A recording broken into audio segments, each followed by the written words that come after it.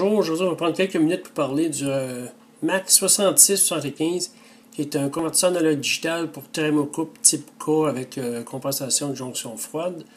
Il y a un A2D convertisseur analogue digital de 12 bits à l'intérieur, ce qui fait un compte 04095. Et puis la température est convertie de 0 à 1024 degrés. Donc ça nous donne une résolution de 1 quart de degré Celsius. 0,1024 pour 4096 comptes différents. Ça fait 0 à 1023,75 finalement, degrés. Donc, il n'y a aucune configuration à faire sur le chip. Tout ce qui suffit, c'est de lire les registres dedans. Comme on lit en SPI sur Arduino, ça va se trouver à utiliser les pins 11, 12 et 13. Mais là, comme je n'ai pas besoin du Master Out Slave-In, donc ça va être juste 12 et 13. Et puis, comme c'est un bus SPI, ça prend une pin Chip Select. Le Chip Select, dans mon cas, va être sur la pin 10 du Arduino. C'est le branchement qu'on voit là.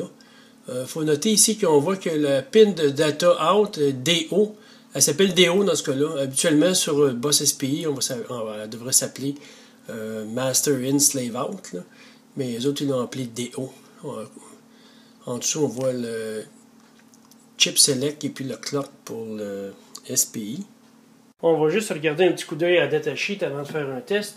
Donc, on voit que c'est un chip de Maxim, 0 1024 degrés C, 12 bits de résolution, précision entre 0 et 700 degrés de plus ou moins 9 LSB, ce qui veut dire plus ou moins 9 fois un quart de degré, donc 2,25 degrés de précision. Puis en haut de 700 degrés, on tombe à plus ou moins 19, en tout cas, LSB, ce qui devient pas mal moins bon. C'est comme plus ou moins 5 degrés C. Donc, c'est ce que je voulais montrer. Donc, pour le test sur Arduino, dans mon cas, j'ai utilisé la librairie de Jack Christensen, qui est la librairie de Adafruit, qui est publique, qui a été légèrement modifiée. Et puis, si je montre maintenant en fonctionnement, donc j'ai ici dans le IDE, le programme qui fait tourner ça.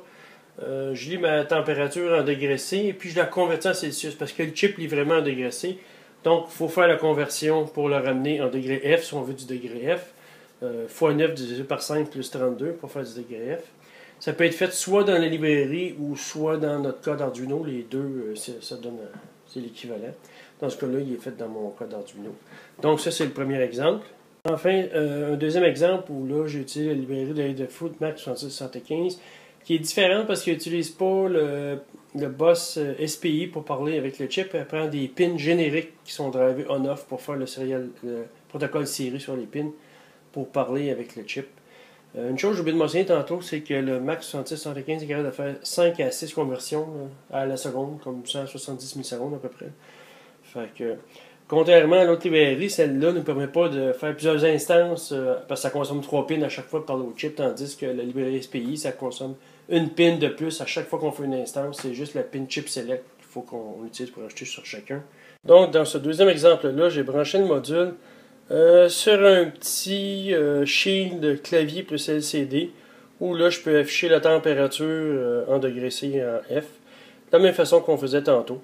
Et puis là j'utilise les pins, je me rappelle plus trop, D3, D2 et D13 je crois, qui sont disponibles sur le shield LCD.